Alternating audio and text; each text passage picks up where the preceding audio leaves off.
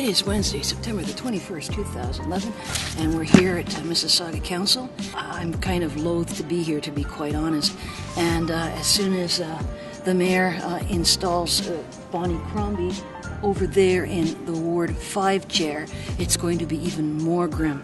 I want to just talk a little bit right now about Tom Urbaniak's book, Her Worship Hazel McCallion and the Development of Mississauga. Tom Urbaniak writes about Mississauga from the early formation of the town right through to when the book was finally published. In that time, he talks about various councillors and the dynamics of council. Talks a little bit about McCallion's iron grip within council. So what I did was I started researching who the councillors were for each of the years. And there are 4 existing councillors that can go all the way back, I believe, to 1992.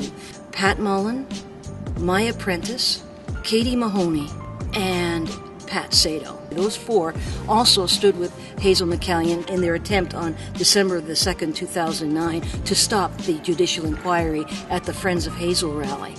And I wanted to know how long those 4 have been together, and that goes back to the early 90s. That's an astounding amount of time that the mayor has got 4 councillors that she can rely on. And it's certainly it's sort of a hypothesis that you're either the mayor's councillors or you're not. Even though they talk about the Mississauga Council having been functioning perfectly well and harmonious since forever, and that Carolyn Parrish came in here and it got all divisive. My theory is that it was divisive as far back as 1992. There were already sitting on this council the mayor's councillors. Only the other saps just didn't know it. And one of the reasons I say that is because Nando Yanika, because of his response in finding out about the mayor's gala. I trust the donors were aware that when you gave $1, only 6 or 7 cents went to the entity. And I'm starting to think that they're not, because of how tax receipts were issued. I wonder what rapprochement's been done with the charities when they now know, and I didn't know, I don't think a lot of people knew, that you had this grand fete for the city's elites, and at the end of the day, for every $1 that came in, 80 cents was consumed. I suspect he's never even been to one, which means that he's one of these councillors not really in the loop. What Carolyn Parrish did was blew the lid off this secret society. And I will continue asking questions on every issue that comes forward, and out of courtesy to one of the best staffs I've ever worked with on any level of government, I will ask them in private. And if I don't like the answers, I'll ask them again in public. Even if I do like the answers, I'll ask them in public so that the people watching on television that vote for this council know what we're doing. This isn't a secret society. And it's like the nest has been breached, and now all the little soldier ants are busy filling and padding and locking things up. So guaranteed, the mayor will never have to worry about external scrutiny again. What's happened now is that there's this massive monolith that's starting to build. They're not unlike a street gang.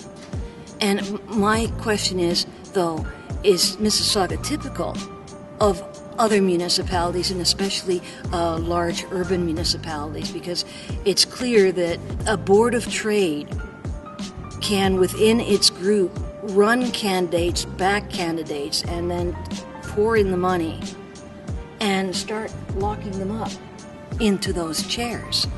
And it's entirely possible that you could have an entire council of people doing what you want them to. And the other thing that I recall, and this is a frequent comment by Hazel McCallion, basically saying, yes, I might feel a lot of power, but I'm only one vote. I'm telling you that once Bonnie Crombie's planting her little red butt in that chair, I'd count that now as 8 votes.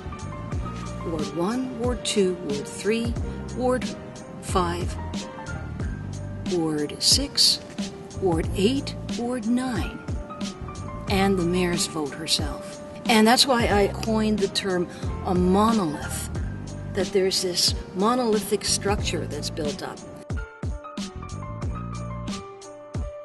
Be very, very careful when the city of Mississauga talks about working as a team, being a team player, because that means do what the number one boss tells you to do. Go along with us, or next election, you're on your way out.